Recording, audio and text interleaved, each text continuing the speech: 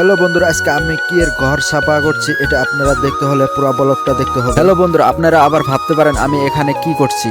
এটা হলো আমার মুরগির ফার্ম, যেটা আমি সাফা করে নিচ্ছি।